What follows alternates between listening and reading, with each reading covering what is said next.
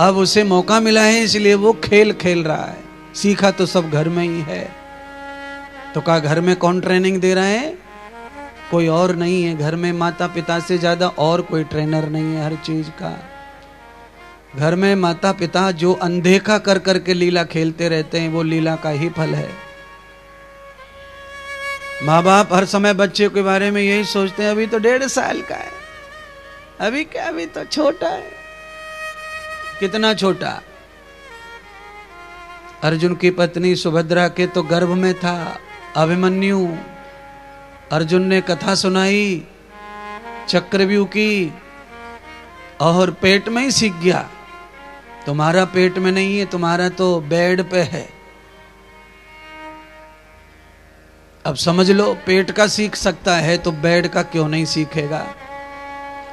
और उस बेड का ही परिणाम देख रहे हो तुम सब, जो कुछ हो रहा है वो संसार में।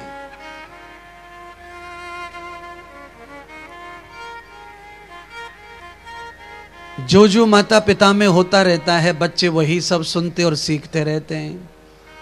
इसीलिए बच्चों के जन्म के बाद माता पिता को महात्यागी बनकर रहना चाहिए। अगर माता पिता का त्याग है जीवन में तो बच्चे आपके सुदृढ़ निश्चित बनेंगे। और आपका जीवन वही है तो फिर क्या करें?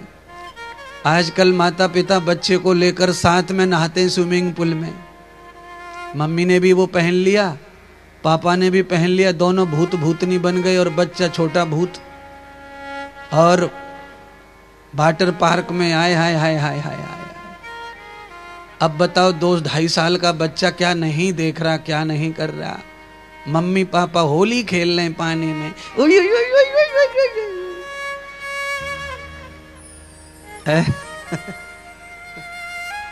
आप में से कोई खेल के आया कि नहीं खेल के आया वाटर पार्क में? उगले आज ही ना बोल रही है दोनों हाथों से। मैं तुझे नहीं कह रहा, तेरी उम्र कहाँ है अभी? आज ही तुम्हारे जमाने में किधर है वाटर पार्क? तुम तो पोखरा के जमाने की हो।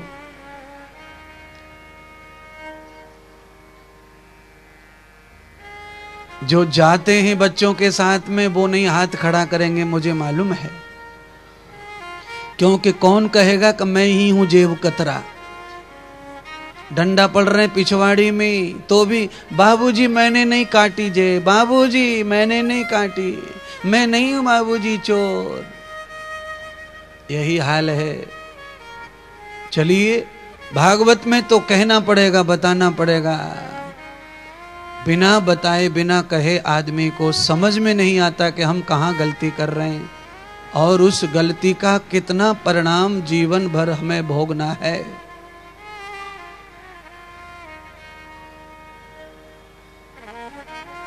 मैं नहाने के पक्ष में हूं ज्यादा।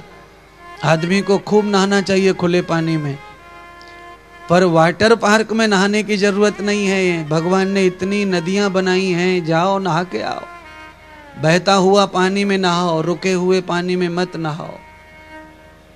बहता हुआ पानी पवित्र होता है, उसमें कोई केमिकल ऐसा नहीं है जो तुम्हें हानि पहुंचाएगा।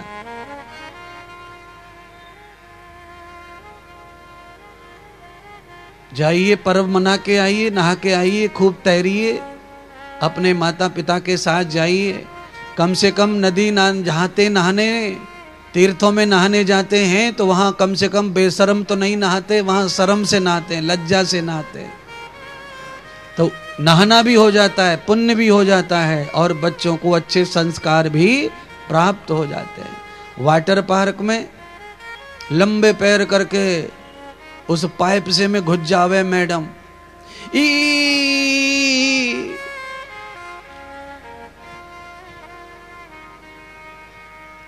और मैडम का रखवाला जिसने टिकट फाड़ी, पैसे खर्च किए, पति महाराज, वो यूं, क्या बात है, एकदम मस्त क्लियर, टॉप मार दिया।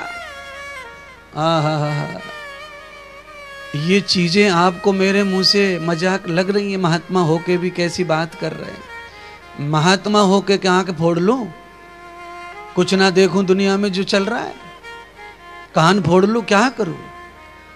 महात्मा हूं तो अंदर से हूं, आंखें काने तो संसार देखने के लिए ही बनी है। ये तो मैं न चाहूं तो भी दिखेगा, मैं क्या करूं बताओ। कभी भी गाड़ी से यात्रा करते हैं तो बीच में 10 वाटर पार्क मिलते हैं हाईवे के किनारे, और वहां से टोल के टोल निकलते हैं। शुरू शुरू में तो हम भी पगलाए हुए थे, हमें ही नहीं समझता था ये कौन सा खेल खेल का रहे। शुरू शुरू में हमको ज्ञान नहीं था उस चीज का। बहुत दिनों तक तो हम यही सोचते रहते कोई कंपनी होगी, कुछ यहाँ बनता होगा, फैक्ट्री होगी। दूर से नीले पीले हरे गुलाबी पाइप से दिखते रहते थे। बहुत दिनों के बाद धीरे धीरे पूछते पूछते समझ में आया कि यहाँ पे स्नानागार है, नहाने का कार्यक्रम होता है। लाखों रुपए कमा रहे हैं लोग उसी बात के। बोलो तो अब आप कहेंगे महाराज कथा आगे सुनाओ, कहाँ नहाने पे फंस गए। नहाना धोना दांत साफ करना ये तो दिनचर्या है, ये तो बताना ही चाहिए मुझे। पर कहाँ नहाना चाहिए और कहाँ नहीं। वाटर पार्क में भी रोज जाओ नहाने के लिए, वहां भी मैं कोई मना नहीं कर रहा किसी से। पर ये आर्टिफिशियल स्नानागार अंग्रेजों का प्रसाद है और हमारे राम और कृष्ण का प्रसाद गंगा यमुना सरस्वती कावेरी क्षिप्रा, जिसमें महात्मा गौतम स्नान किए, अहिल्या स्नान की, वो कावेरी गोदावरी। तुम्हारे गोता लगाने से तुम्हारे पितरों को भी तार देती है, ऐसी गोदावरी माता नासिक में महाराष्ट्र में बह रही है। क्यों नहीं नहाने जाते उसमें। खूब तैरो खूब नहाओ, अमर जल है उसमें, अमर जल। गौतम ऋषि की तपस्या से प्रसन्न होकर वरुण देवता ने प्रकट किया ब्रह्म कुंड है, उसमें जाओ नहाओ। भागीरथ लेके आए तपस्या से, उसमें जाओ नहाओ। यमराज की पवित्र बहिन गंग यमुना मैया, जाओ वृंदावन नहाओ। अंग्रेजों ने जो पाखंड बना के दे दिया उसमें एंजॉय ढूंढ रहे हैं, उत्सव बना रहे हैं ना। आपके पैसे का सदुपयोग करते हुए जाइए। आम के आम और गुठली के दाम, पवित्रता की पवित्रता, तीर्थ का तीर्थ और परंपरा की परंपरा, संस्कृति की संस्कृति, सबका बढ़ाव और बचाव होता है। और वाटर पार्क से तो हजारों गुना ज्यादा पानी होता है नदियों में। वहां लोग नदी में नहाते हैं तो मंत्र जपते हैं, नाम जपते हैं, और वाटर पार्क में नहाते हैं तो क्या क्या करते हैं, गिलास में ले लेके पी पी के घुसते हैं। आपको तो सब मालूम है महाराज, नजदीक से भी देखा है ना। नजदीक से देखा है, कहां देखा, टीवी में देखा मैंने। और टीवी में जो दिखाते हैं वो तो वही है जो रियल वहां से चल रहा है, उसमें क्या बात है।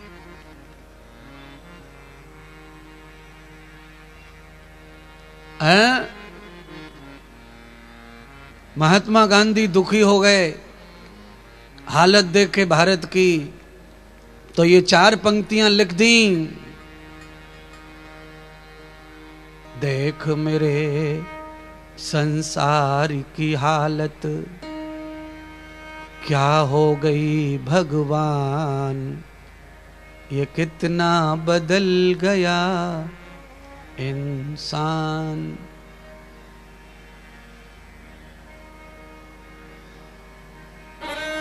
गाय भैंस को ले जाओ वाटर पार्क में नहाने के लिए, नहाएगी नहीं, घुसेगी नहीं, भाग जाएगी, तोड़ देगी, फोड़ देगी।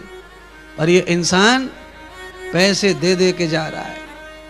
तो कितना बदल गया इंसान।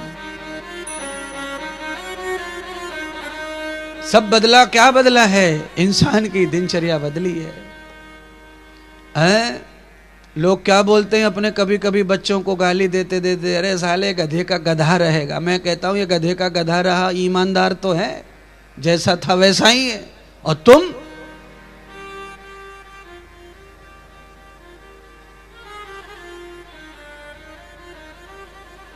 तुम्हारा कैसा पावन चरित्र है।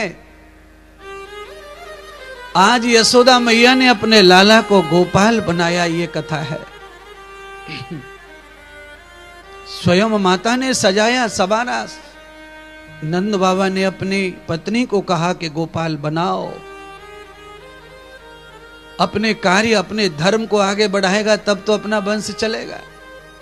केवल पुत्र के रूप में औलाद पैदा हो जाने से घर का वंश कभी नहीं चलता है। ये कान खोल के सुन लो सब एड़े बाबड़े बैठे हो।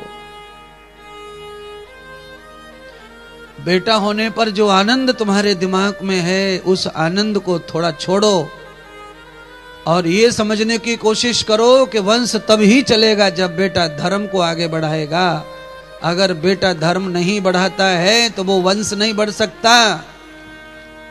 केवल कीड़े मकोड़े पैदा होते चले जाएंगे और संपत्ति का हरण करते चले जाएंगे। कैसे वंश आगे बढ़ेगा? वंश को आगे बढ़ाने के लिए तो भगवान वेदव्यास ने घोर तप किया। भगवान शंकर प्रकट हुए पुत्र के रूप में। तो व्यास जी ने कहा मुझे पुत्र चाहिए नहीं, मुझे केवल आचार्य चाहिए जो धर्म का प्रचार कर सके, मेरे अधूरे कार्यों को पूरा कर सके। 2-4% तो मैं औलाद की कह नहीं सकता। माता पिता के कार्यों को बच्चे पूरा कर रहे हैं, पर हां 95% औलाद माता पिता के सपनों को पूरा नहीं कर रही है और करेगी भी नहीं। क्योंकि जिनके अपने ही सपने इतने ज्यादा हैं वो मरे गिरे का किसका सपना पूरा करेंगे? अपने से ज्यादा सोचने की क्षमता नहीं बची है आज के बालक में।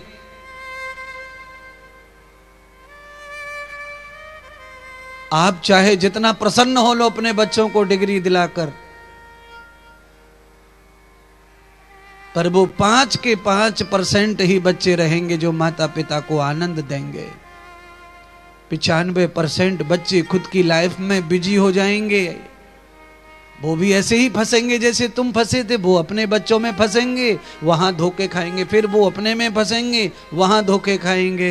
ये धोखे, प्यार के धोखे ये चलते ही रहेंगे, ये कभी रुकेंगे नहीं। कब रुकेंगे ये? माता निर्माता भवति, तब रुकेंगे। पिता संरक्षितो भवति, तब रुकेंगे। पिता संरक्षण करे, माता निर्माण करे और दोनों त्याग करें अपने जीवन का, तो बच्चे रुकेंगे।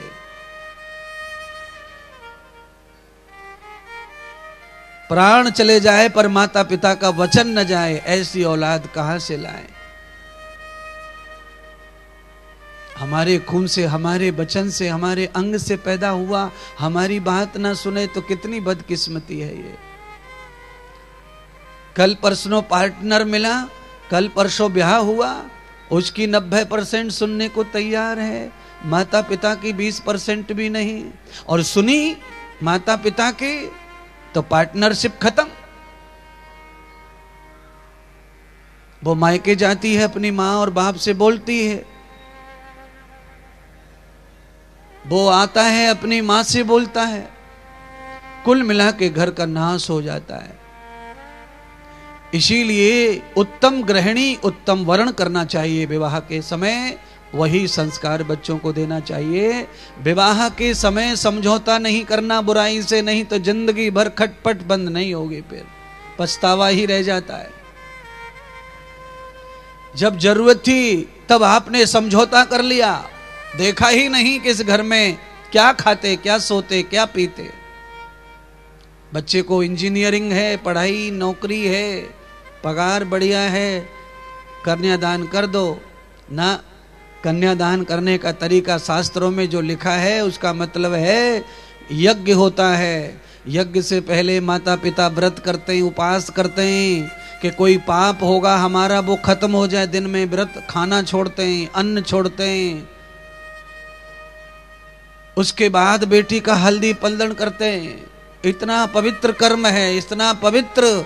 इसीलिए बहुत पवित्र ही वर्णपति का होना चाहिए, दूल्हे का होना चाहिए। तो क्या होगा? उससे पछतावा नहीं रहेगा जिंदगी का। जीवन में ये नहीं रहेगा कि फंस गए हम तो, फंस गए हम तो। धैर्य पूर्वक जीवन जियो, धैर्य पूर्वक कल्पना को सिद्ध करो। घर में 4 सदस्य हैं, एक बहू को पटरी पे नहीं ला सकते। सबको बहू के साथ साथ चलना है तो चलो, नहीं तो फिर लड़ो, झगड़े करो, अशांति करो। और जो सज्जन है वो घबरा जाते, डर जाते, परेशान। इसीलिए पहले ही पात्रता अच्छी हो। कहां से? गर्भ से लेकर के पालन तक आप निश्चिंत जीवन जिए, आनंद का जीवन जिए। मैं ये नहीं कह रहा कि राम सीता जैसी जोड़ी हो, ऐसी तो कैसे होगी, पर कम से कम पति पत्नी तो हो, पति पत्नी तो हो, कम से कम एक दूसरे का सामाजिक ख्याल रखने वाले तो हों। और पति पत्नी जो होते हैं वो कभी अपने लिए नहीं, अपने परिवार के लिए ही खड़े होते हैं और जीते हैं, अपने परिवार को लेके ही जीते हैं। और जिनमें पतित्व नहीं है, धर्मत्व नहीं है, उनको कोई लेना देना नहीं है परिवार से, उनकी खुद की जिंदगी सेफ होनी चाहिए बस। उनको खुद सुकून होना चाहिए, बाकी को जो तकलीफ हो रही हो जाए हो, हम क्या करें ना। परिवार बसाया है तो परिवार के साथ ही रहें और परिवार को लेके ही चलें, क्योंकि जब परिवार भगवान नहीं देता तो आदमी रोता बिलखता है। हे भगवान, अब तो केवल एक लड़की तो दे दो ठाकुर जी, लड़का